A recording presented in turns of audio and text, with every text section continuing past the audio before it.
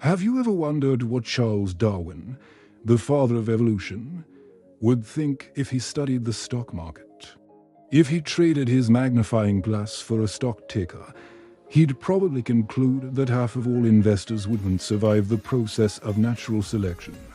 It sounds harsh, but when you look at the common behaviors in the investing world, it starts to make a lot of sense. The financial markets are a jungle, a complex ecosystem where only the fittest, or in this case, the most rational and disciplined, truly thrive. So, today, let's put on our safari hats and explore the fascinating, and sometimes baffling, world of investor behavior through the lens of Darwin's theories. We'll uncover the common pitfalls that lead to financial extinction and, more importantly, discover the adaptive traits you need to not just survive, but flourish. First up, let's talk about the herd instinct. In the wild, animals like wild beasts stick together for safety. There's strength in numbers, right? Well, in investing, this very instinct can be deadly. When everyone is rushing to buy the same hot stock because it's all over the news, it's like a stampede toward a cliff. This is called herd behavior, and it often leads investors to buy high, right at the peak of the hype. Think about the dot-com bubble or the recent meme stock craze. People jumped in, not because they understood the companies, but because everyone else was doing it. Then, when the bubble bursts and the herd panics, they all sell at the same time, usually at a massive loss. Darwin would see this as a failure to adapt. The successful investor, the one who survives, doesn't follow the herd. They do their own research, stay disciplined, and aren't swayed by the panic or euphoria of the crowd. They understand that the best opportunities are often found where the herd isn't looking. Next, let's examine a trait Darwin would have found fascinating: emotional decision-making, specifically the battle between fear and greed. These two emotions are the apex predators of the investment world. Greed whispers in your ear when a stock is soaring, telling you to go all in, to mortgage your house, to chase those astronomical returns. It makes you forget about risk. Fear, on the other hand, screams at you during a market downturn. It convinces you to sell everything at the bottom, to lock in your losses, just to make the pain stop. An investor driven by fear and greed is like a chameleon that can't change its colors. It's completely exposed. A truly fit investor has evolved beyond this. They've developed emotional discipline. They create a solid investment plan based on logic and stick to it, whether the market is booming or busting. They know that reacting to short-term market noise is a recipe for disaster. This emotional control is a key survival trait in the financial jungle. Another evolutionary flaw in many investors is what we call overconfidence. Think of a peacock with its magnificent tail. It's a display of fitness, but it also makes it a target. Similarly, some investors, after a few successful trades, become overconfident. They start to believe they have a special gift, a sixth sense for picking winners. They trade more frequently, take on bigger risks, and ignore warning signs. This is a classic case of what psychologists call the Dunning-Kruger effect, where a little bit of knowledge leads to an illusion of expertise. In the market, overconfidence is a direct path to getting humbled. The market doesn't care about your ego. The truly evolved investor is humble. They understand they can't predict the future. They acknowledge the role of luck, stay diversified, and are always learning.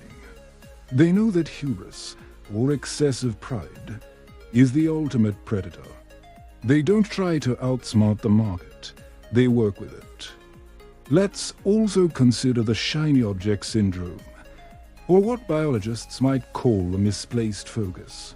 Imagine a bird that is so distracted by a piece of colorful trash that it forgets to build its nest or find food, in investing.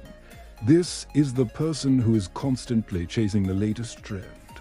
One week it's crypto, the next it's clean energy. Then it's artificial intelligence. They jump from one shiny object to another, never sticking with a long-term strategy. This constant churning of their portfolio racks up transaction fees and taxes, and they often buy into a trend just as it's about to peak. A successful investor, in Darwinian terms, has a specialized niche. They have a clear, long-term strategy that they stick with. They understand their circle of competence, the industries and companies they truly understand, and they focus their efforts there. They aren't distracted by the constant noise of the market. They are patient, like a spider weaving its web, knowing that their strategy will pay off over time. Then there's the inability to adapt, or what we can call a failure to evolve. The world is constantly changing. New technologies emerge, entire industries are disrupted, and economic landscapes shift. An investor who refuses to adapt is like a dinosaur watching an asteroid approach. Think of someone who, in the year 2000, insisted that physical video stores were the future and ignored the rise of streaming. Their portfolio would have gone extinct. The surviving investor is adaptable. This doesn't mean chasing every shiny object, but it does mean staying informed and being willing to adjust your strategy based on fundamental, long-term changes in the world. It means continuously learning and re-evaluating your assumptions. Just as organisms must evolve to survive in a changing environment, investors must evolve their thinking to thrive in a changing market. So, how do you become one of the survivors? How do you ensure you're part of the group that thrives, not just survives? First, develop the trait of discipline. Create a well-thought-out investment plan and stick to it. Automate your investments so you're not tempted to time the market based on your emotions. Second, cultivate patience. Understand that building wealth is a marathon, not a sprint. It's about time in the market, not timing the market. The most successful investors are often the ones who do the least. They buy good assets and hold them for the long term. Third, practice humility. Accept that you don't know everything and that you will make mistakes. Diversify your portfolio so that no single mistake can wipe you out. Keep learning, reading, and staying curious. If Darwin were here today, he'd see the stock market as the ultimate laboratory for natural selection. It's a place where behavioral biases are mercilessly exposed and punished. The investors who are driven by herd mentality, fear, greed, and overconfidence are the ones who get weeded out. But the investors who are disciplined, patient, humble, and adaptable, they are the ones who demonstrate true evolutionary fitness. They are the ones who pass on their financial genes in the form of wealth and wisdom to the next generation. It's not about being the smartest or the fastest. It's about being the most rational and the most resilient. So take a look at your own investing habits. Are you behaving like a creature destined for extinction? Or are you evolving into a top predator in the financial ecosystem? The choice and the power to adapt is entirely yours. Thanks for watching, and if you found this helpful, be sure to like and subscribe for more content. See you next time.